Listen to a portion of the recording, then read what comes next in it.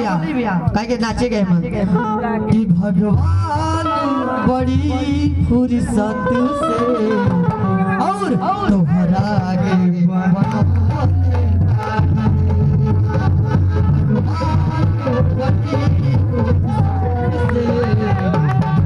कैसे कि हम ढोली बदल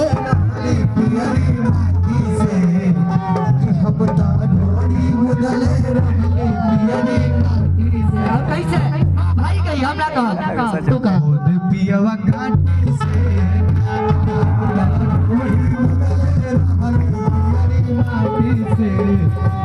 और देखी कैसे कैसे भाई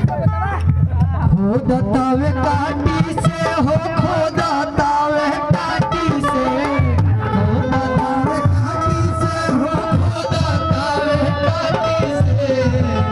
ढोली मुदले रहले पियरी माटी से और भाई लास्ट गाना झूम के कहवा हमार लास्ट है भाई अब हम माइक ना पकड़ो क्या क्या देखो तो ओकर बेस जिला ना कैसे हाथ उठा के तुम लो कितना लोग क्या ले कितना है ले ले वो कैसे कि खोद तावे काटी से हो खोदा तावे काटी से खोद तावे काटी से हो खोदा तावे काटी से और कि हम हादान वाली पियवा के उत्पाती से पियवा मोन खोद काटी से पियवा मोन खोद काटी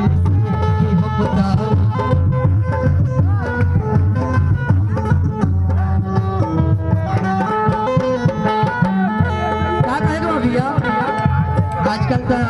प्यारो मोहब्बत बहुत ज्यादा ही हो गल हम परेशान हो गल बने देखा देखा कैसे का आज के उठ लाली लगोलू बलिया के बाली आवाज के नथुनी आज के उठ लाली लगोलू बलिया के बाली आवाज के नथुनी और तो कहूं ना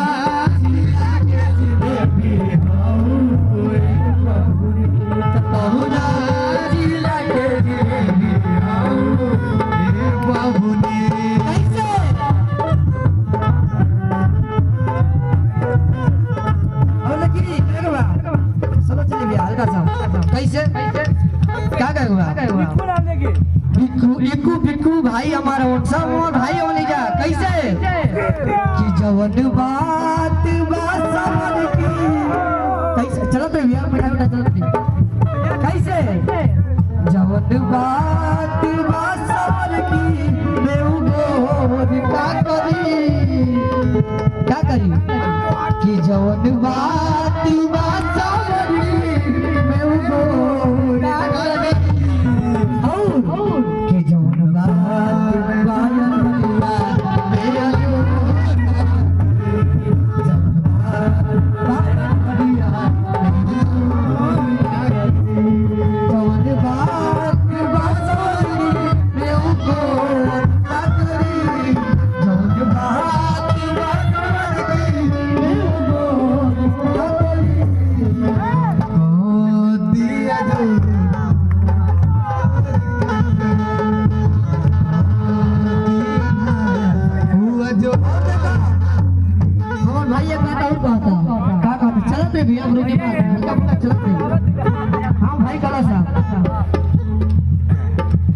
पहचान हक मछिया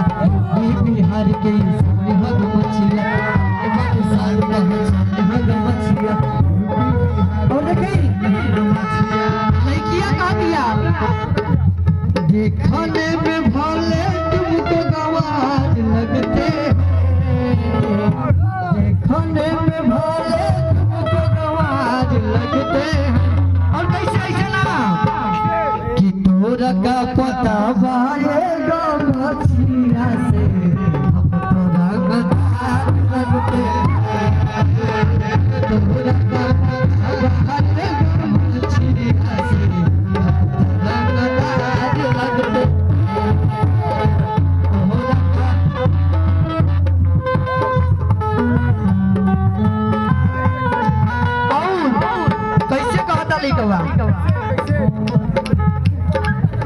एक लड़का एक लड़की से प्यार करता भैया, और बड़ी भाव में प्यार। हाँ विक्कू प्यार करता, हाँ विक्कू प्यार करता भाई।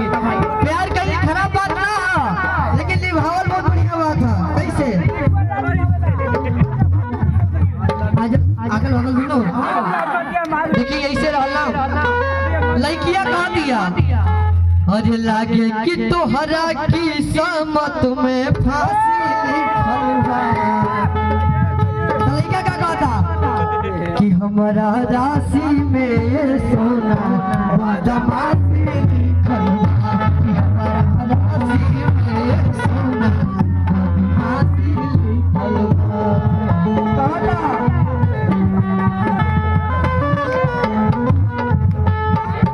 कैसे लगा भाई का फरमाइश फिर आ गल कैसे चला भी आप रुके मत। अरे के होठ लाली लगवलू बलिया के बाली